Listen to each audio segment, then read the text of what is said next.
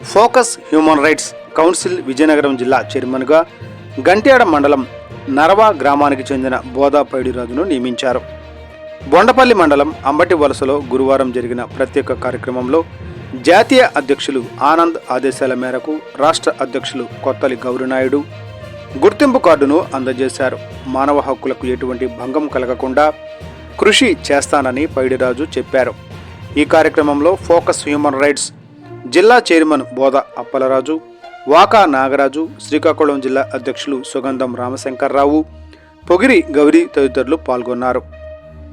Today TV staff reporter yes Shankar, Vizianagaram జిల్లా. Focus human rights district చైర్మన్గా అప్పలరాజు గారిని నియమించడం జరుగుతుంది. ఈరోజు అప్పలరాజు గారికి మా నేషనల్ డైరెక్టర్ ఆనంద్ గారి ఆదేశాల మేరకు ఈరోజు ఐడి కార్డు ఇవ్వడం జరుగుతుంది.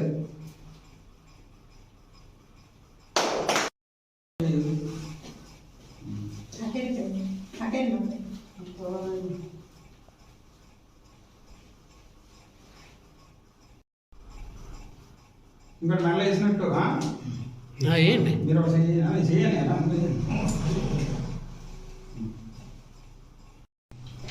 ఒకసారి చూడండి, రండి.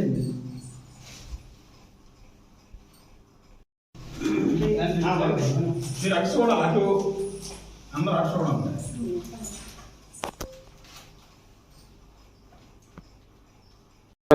హ్యూమన్ రైట్స్ కౌన్సిల్ డైరెక్టర్ అయినటువంటి కె ఆనంద్ గారికి నా యొక్క ధన్యవాదాలు. నాకు ఈ అవకాశం ఇచ్చినందుకు ఆయన నేను మనసారా